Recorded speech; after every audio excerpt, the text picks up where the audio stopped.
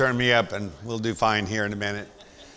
Okay, well, thank you very much for being here for our study of the book of Isaiah. We are beginning today. It would be a great opportunity for each of us who is going to be leading a class to be able to do a little PR section and tell people why they ought to come to our class. But we're glad that you're here. This is kind of the default position, but many people have chosen. I'm glad we have a lot of different classes that we can go to. That's not very big, I'm sorry. What do we know about the book of Isaiah? Well, if you ask that question, most people say, well, I know who wrote it. Isaiah wrote it. But there are so many things we don't know about the book. Maybe you know it's one of the Old Testament prophets. It's one of the major prophets. That doesn't mean it's more important. It just means it's one of the longer books. It's often considered to be the prince of the major prophets.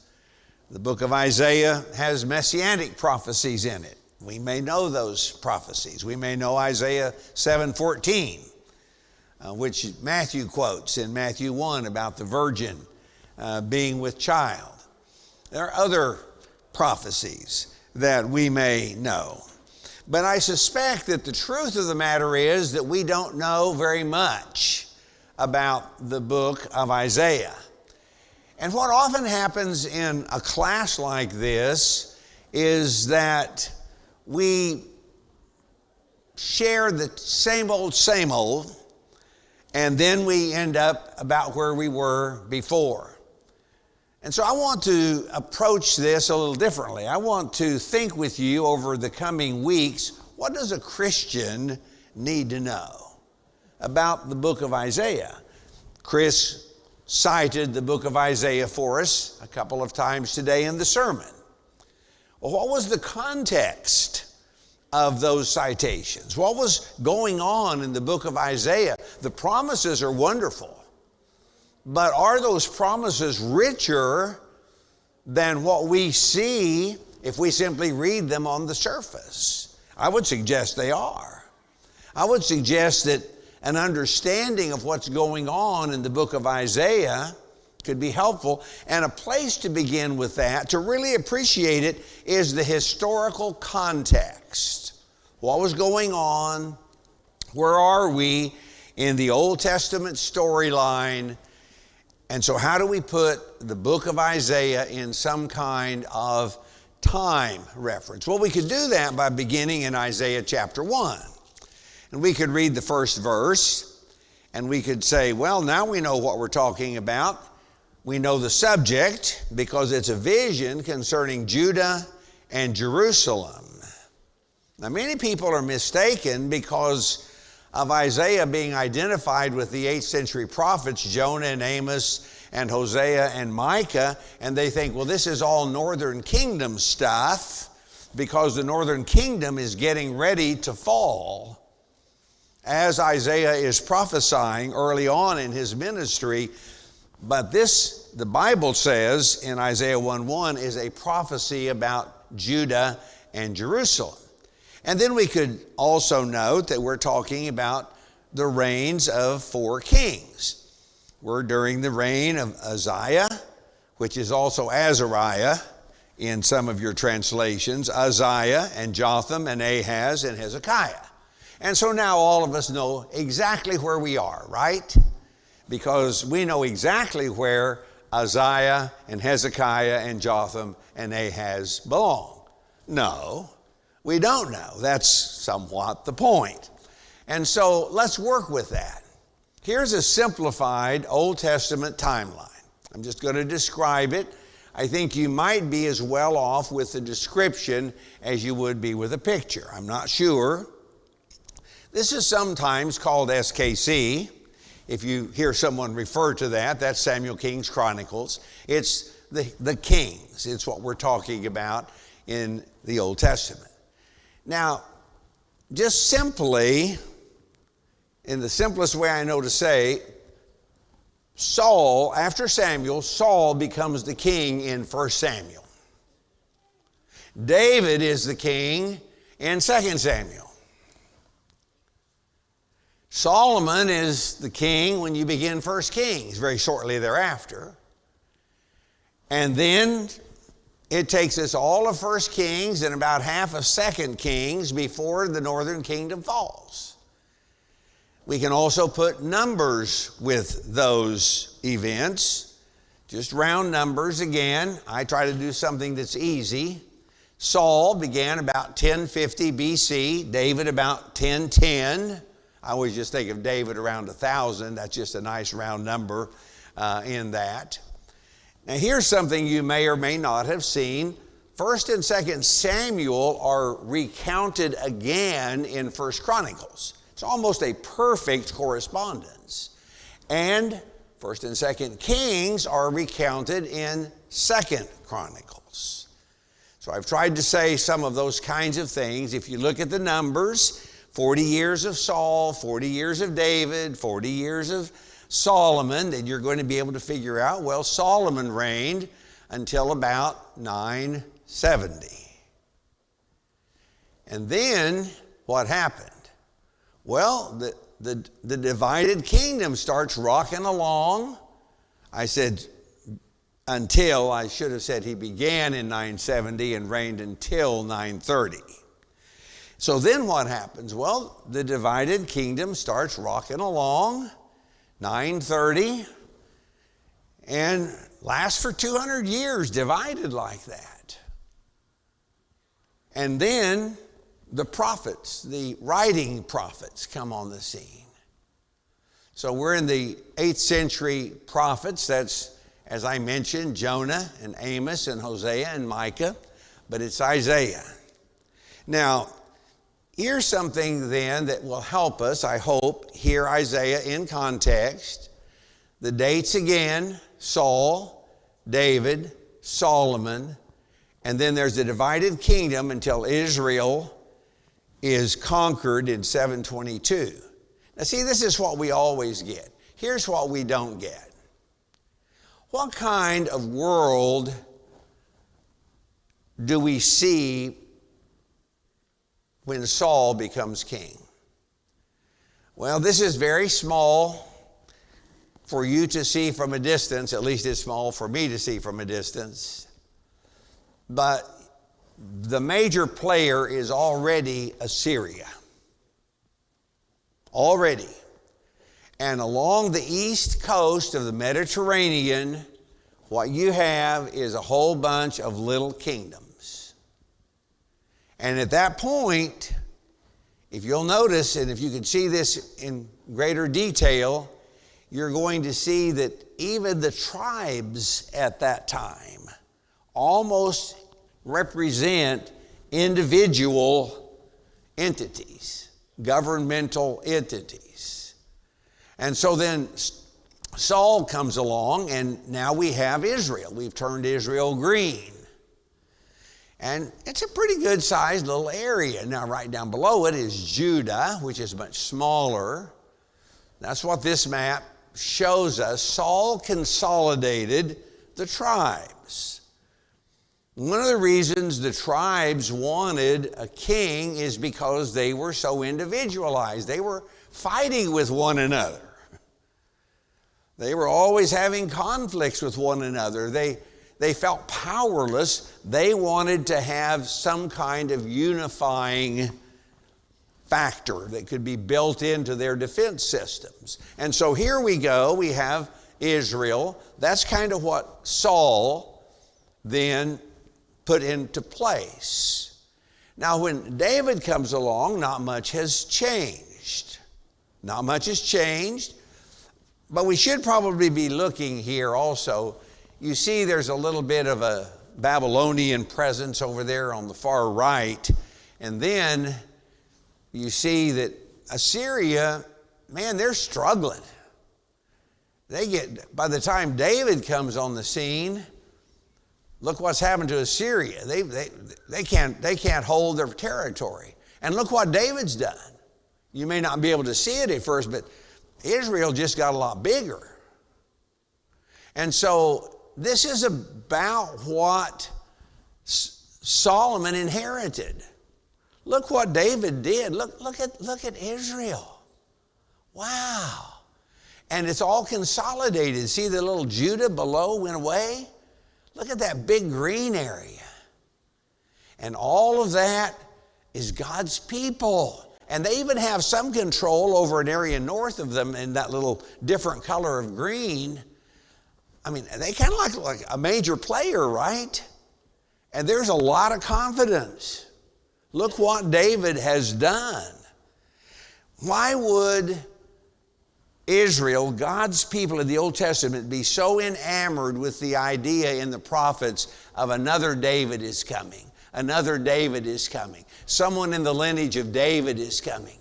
Until you see the picture, you may not appreciate, well, David's just, he's in the lineage. It was the promise, and we just kind of treat it mentally.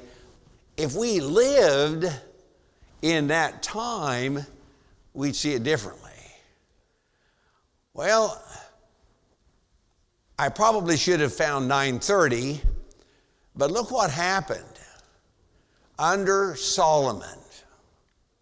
He lost it all. He barely got what Saul had. In fact, he's a little bit smaller than what Saul had. Judah is back as a separate entity because of the rebellion that occurred between Jeroboam and Rehoboam. So here we are, a whole bunch of individual nations. And we can rock along, and these maps don't really matter very much so far as over here with God's people, 900 and 850, but I see a problem developing. You see a problem developing? Assyria, they're flat getting with it. They're taking on territory. We're not even to Isaiah yet. I'm going to tell you when we get to Isaiah. When we get to Isaiah, we'll let you know, but we're not there yet. We're not going to get to Isaiah until the time of Isaiah. And see, you could be saying, okay, 850, we're not to Isaiah yet. Well, you don't know that. So I'm telling you, we're not to Isaiah yet. That's going to be 792. We get 792, we'll get to Isaiah. And that's not even the year that King Uzziah died, which is where we have Isaiah 6. That would be 740. But here we go. Assyria is already knocking on the doorstep. That's 840. That's 120 years before Israel fell. But guess what happened?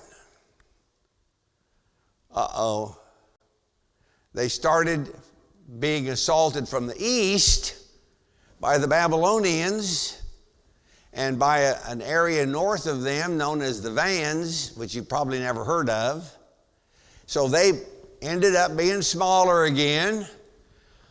Oh man, if I'm living in Israel or Judah, I sure do breathe a sigh of relief.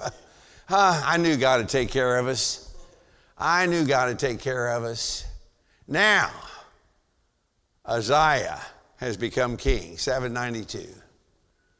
Assyria is recovering. Assyria is recovering. Now, Isaiah has not, I think, yet begun prophesying. I'm going to say he doesn't begin till about 750. So here, let's go down. Now here's where Isaiah begins to prophesy. About this time, Uzziah is still on the throne. He's not died. He dies in 740. But here's the point. You see what's happening?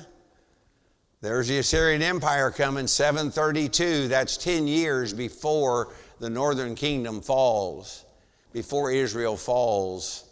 They're under threat. They're facing problems from time to time. 2 years before they fall. Wow. Assyria is just about to become a world power. Maybe already you would call Assyria a world power. And the 8th century prophets are telling Israel, Micah, Hosea, Jonah, along with Isaiah, the major prophet, you guys are in trouble. And the trouble is, you're depending on human beings. What are they doing? They're seeing if they can get alliances with Egypt. They're seeing if they can get help. They're trying to see if Assyria will fight on their side. There's even a time when in the southern kingdom of Judah, they try to make an alliance with Assyria so that they can avoid being overwhelmed from the north by Israel. They're still fighting with one another. The northern kingdom has fallen, 710. There's little old Judah sitting down there. What would you think if you were sitting down there in Judah on the southeast corner of the Mediterranean Sea in 710? You think it's over with. That's also what Hezekiah thought. And so he made an alliance with Assyria. He made an alliance with Assyria. And that is really the story that we have to come to see. And so it actually gets just a little bit worse. By the time 700 comes, Hezekiah is saying, hey, we're dead meat. We got to figure out something to do. How can we avoid being overcome? You know what I see in that? I think God must have had a plan. Can you believe that? That's crazy. That's exactly right. Assyria has conquered everybody. Whoops, just a minute. I shouldn't hit that so hard. Assyria has conquered everyone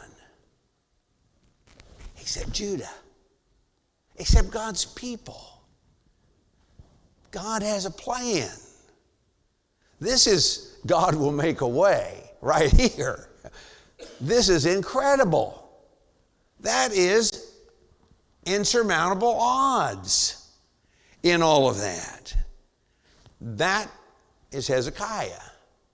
So during the reigns of Uzziah and Jotham and Ahaz and Hezekiah, Isaiah prophesies. This is the time of Isaiah. This is the story that Isaiah is trying to help us work with. So important. Now let's think for just a moment about the book of Isaiah in just a very general way. There's about 35 chapters that are prophecy and poetry. There's some historical events recorded. We'll have to notice those. That's one reason I gave you the maps, to think about these guys who were the kings. But the whole context of Isaiah 1 through 35 is the siege of Jerusalem. Jerusalem has not fallen. In fact, some of the Bible will say that all of Judah had fallen except Jerusalem. But if you haven't gotten the capital, you haven't gotten them yet. And so there were all kinds of alliances made with Assyria, but I mean, Judah has virtually been overrun. But they made alliances, agreements with Assyria to avoid being overcome completely. And so this is about God's relationship with his people, we could say. That's really what we're looking at in this particular situation. And so then we come to these 4 chapters, 36, 37, 38, 39. And the poetry stops, and it's very much parallel to other historical narratives in Isaiah. And we read about the siege of Jerusalem by the Assyrians. And Hezekiah begins to depend on the Assyrians. He's trying to think what can happen humanly. And in the midst of all of this, Isaiah is saying, you're messing up by making this alliance with the Assyrians, but you're going to do it again. It's going to happen again with the Babylonians. And we begin to get this element of Babylon. It's already been there, and we'll notice that in the first half of the book.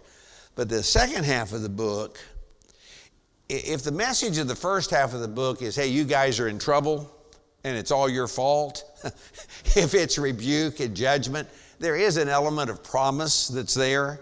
And when you come to the second half of the book, it's sometimes called the book of comfort, because it really does begin to deal with more hope and renewal. So yes, Babylon is coming, and you're going to have the same problem, but God still has a plan. God is still going to make a way. God is not going to give up on His promise to Abraham. God is not going to give up on all He has promised His people. There's hope, there's renewal, there is a forever future, and very much pictures of what will eventually happen in the Messianic kingdom. So you have doom and gloom, and then you come back and you have a whole lot of hope. But the problem that Isaiah is going to address, and I'm just going to give you probably one of the first references of the book is in Isaiah 2:22. And here's the whole point of Isaiah. If you want something to remember today, if you want a memory verse, Isaiah 2:22, quit trusting in other people. Quit trusting in human beings. They just have the ability to breathe. They barely have breath in their nostrils. And they have breath in their nostrils because God put it there. But really, what good are they? They're just dirt. They're just dust. That's kind of the whole point. Quit trusting in things that are not trustworthy. Now, what should we know? As we read through here, we're going to miss the point if we don't ask ourselves continually, okay, what are they trusting in now? What's the parallel in my life? What are they trusted in now? What's the parallel in my life? Well, now what do they think is going to rescue them? Now what's going to save them? Boy, it seems every day, at least every month, maybe every week, we have a new plan of salvation. This skin cream is going to save you. You're going to live eternally with this, whatever it is. There's always something new coming along. Just trust this. Just trust this. And so that's the story that we're trying to examine and understand. So let's come to it. And maybe we'll get some of 1 through 6 done today. Maybe not too much of it done. But I think we'll get at least started not only with 2:22, which I've already mentioned. There's a couple other things I want to say. Maybe I could back up. Although they're not said here either.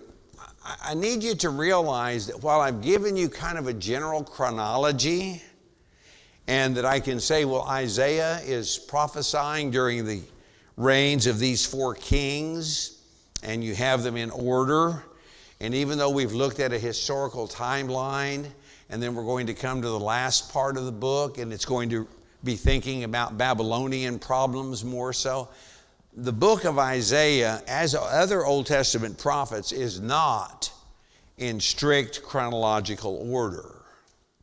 So many times people, particularly young Christians, and sometimes those of us who are older Christians, we kind of assume, well, we're reading Jeremiah, that must be in chronological order. Not. Even in some of the smaller of the prophets, the minor prophets, it's not always in perfect chronological order. But there is a general historical order. So there is a sequencing, but sometimes you have to go back and pick up a piece that you've already talked about. So you always have to be asking yourself about the context. Now, let's go back and think about our maps for just a moment. So here we have King Uzziah. I'll go back one more for you. So this is King Uzziah.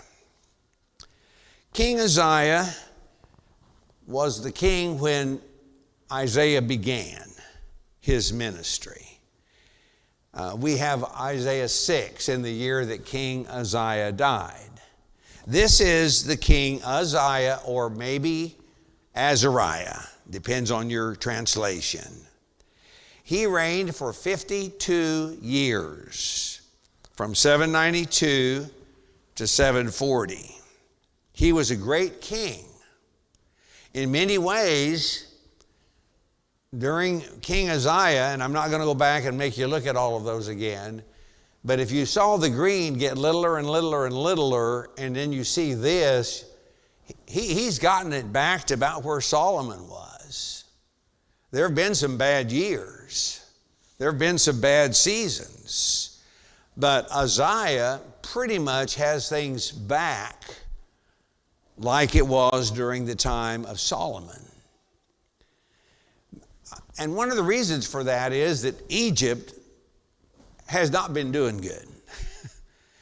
They have faltered, so there's not much of a threat from the southwest. Assyria is, for the time being, preoccupied, or has been preoccupied with other matters. And Uzziah took advantage of the situation, and he regained territory until he died. And then, when Uzziah died, it was kind of a little bit of a power vacuum. So this is 10 years before his death. You can see what the whole scene looks like. And he is followed up. This is incidentally, here's an amazing thing, 2 Kings 15. So see, you could be writing in your Bible if you had your Bible with you, but you can go home and you can look at the video. 2 Kings 15. Here's Uzziah.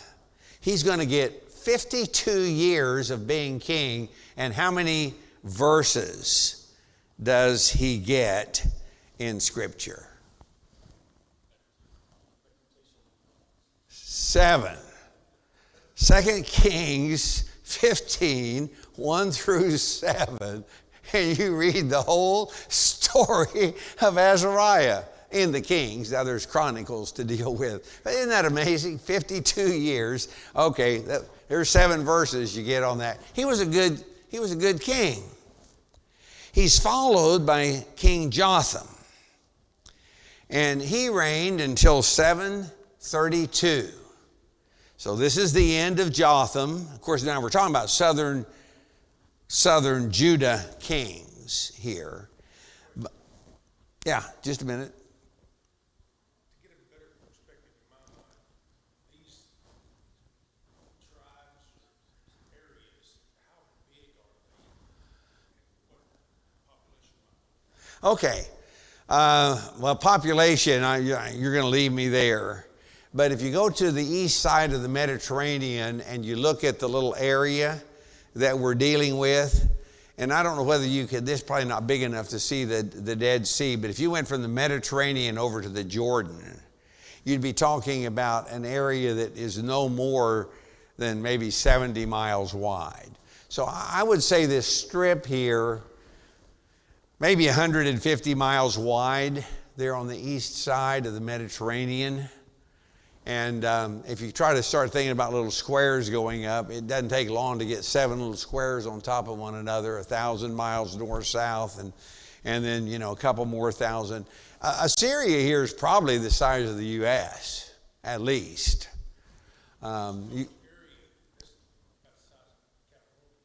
Yeah. I mean, that might be a good way to think about it. It's on the east side of that, but it's not a very big area that we're dealing with, the whole thing. And if you're looking at just either Israel or Judah, like today, we often, in the time of Jesus, we often say, well, if you took the area of Palestine at that time, you'd be looking at something that was no more than maybe 60 miles wide and 120 miles north-south from, you could walk from Jerusalem to Cana in a couple days. And on the third day, he was at the wedding feast. When he got called to the wedding, he apparently was in Jerusalem, and he spent 2 days walking, and the third day they had a wedding. So it's a pretty small area. What I'm trying to help us see is why could they not see that the only help would be God? This is overwhelming. This is checkmate. There's no way out of this. Okay, after Uzziah, we have Jotham. He reigns for 16 years. His story is also told in 2 Kings 15. He was a good king. He continued his father's programs. This is what we end up with about the time that Jotham finishes. He's followed by Ahaz, who also reigned for 16 years. Jotham, he could see that there were problems coming. So he's reigning now till 715. So we got to go forward here. Jotham saw this happen, and then he reigned till 715. It wasn't quite here, but he saw Assyria coming. So what did Jotham do? This is 2 Kings 16. Ahaz do. He's Jotham's son. 2 Kings 16. Well, the Assyrian Empire is growing in strength. It's gobbling up the northern kingdom. It may not have totally conquered it. By the time he finishes his reign, the northern kingdom will be gone, 722. He reigned from 732 to 715 BC. So 722, the northern kingdom's gone. So Ahaz made a bad decision. Now Ahaz is going to be the king that Isaiah confronts in Isaiah 7 through 12. He's going to be the one who makes this alliance. So we're going to come to him again. He's number 3 of the kings.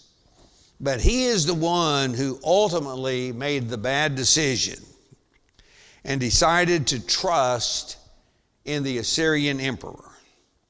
He made a treaty with him. He paid tribute to him. He sent a bunch of the valuables from the temple and the king's palace to Assyria. He even sent Israelites. You can read this in 2 Kings 16. He even sent Israelite priests to Assyria to study their style of worship so they could bring it back to Jerusalem. Read that in detail. Don't miss what's going on. I'm going to show them how much we trust in them. We not only trust in them, we trust in their God and gods. He made Judah a vassal, and he died about 715. So Hezekiah comes in. We talk a lot about good King Hezekiah. He may have been good King Hezekiah, but he inherited a mess. He inherited a big mess. Okay, guess what, Hezekiah? You're going to get to be king. Well, show me my territory. It's that little blue dot. That's what you got. Look at Assyria. And Hezekiah becomes king. He reigned 29 years. Wow, that's amazing. With Assyria at the doorstep. But the main historical crisis occurred during the reign of Hezekiah. It's what we're going to read about in Isaiah 35 through 39. That's going to be Hezekiah. In a sense, he provoked the siege of Jerusalem because he was godly. He would not bow down to false worship. He would not abide by the worship of the false gods like his father had. Remember, his father, Ahaz, had sent over to figure out how to bring the Assyrian worship to Jerusalem. And Hezekiah said no. He refused to pay tribute. He said, I'm not going to pay you anything more. You know, I'm cutting you off. I mean, wait a minute. This little guy down here in the lower left corner of the map is saying to the big blue area, hey, I'm going to cut you off. No more money coming from here. What do you think's going to happen? I mean, I want you to try to hear Isaiah. I know this is history, but I want you to try to hear Isaiah in the context of Isaiah saying, rah, rah, rah, you're doing it right, keep going, and really criticizing them, rebuking them when they are tempted to trust in other people. Well, as a result of that, 200,000 Assyrian troops descended on the land of Palestine. Do you remember this story? 200,000 troops. They wiped out city after city after city until virtually all that was left was Jerusalem. And 2 lepers said, we're going to die if we stay in the city. We might as well go out and give ourselves up. And what'd they find? 200,000 dead troops. I think the number is 185,000 dead troops. And Assyria retreats. They don't have enough to fight the battles anymore. Well, who did that? You and I know who did that. So that's the story we're going to tell. Now, I guess we should say one more thing in the 4 or 5 minutes. So here's kind of a quick look at 1 through 6, 7 through 12, 13 through 23. This might be the next 3 weeks, something like that. I know 13 to 23 will be a bunch, but we'll try to make sense of it. So this begins with almost like a court scene. Hey, come here, heaven and earth. Chapter 1, verses 3 and 4. I'm going to call you as witnesses. You be the jury. I'm going to tell you what's going on. You help me make a decision. Israel is walking away from their God. Judah is walking away from their God. And they're turning their back on the only source of covenant glory. They're like this vineyard that Justin preached about last week. And there's no hope. And thus Isaiah, writing about his own call or commission, I don't think it's his first, I don't think 6 happened before 1 through 5. It's possible. But I think he was already prophesying. And then in the year that King Uzziah died, he sees the Lord in a vision.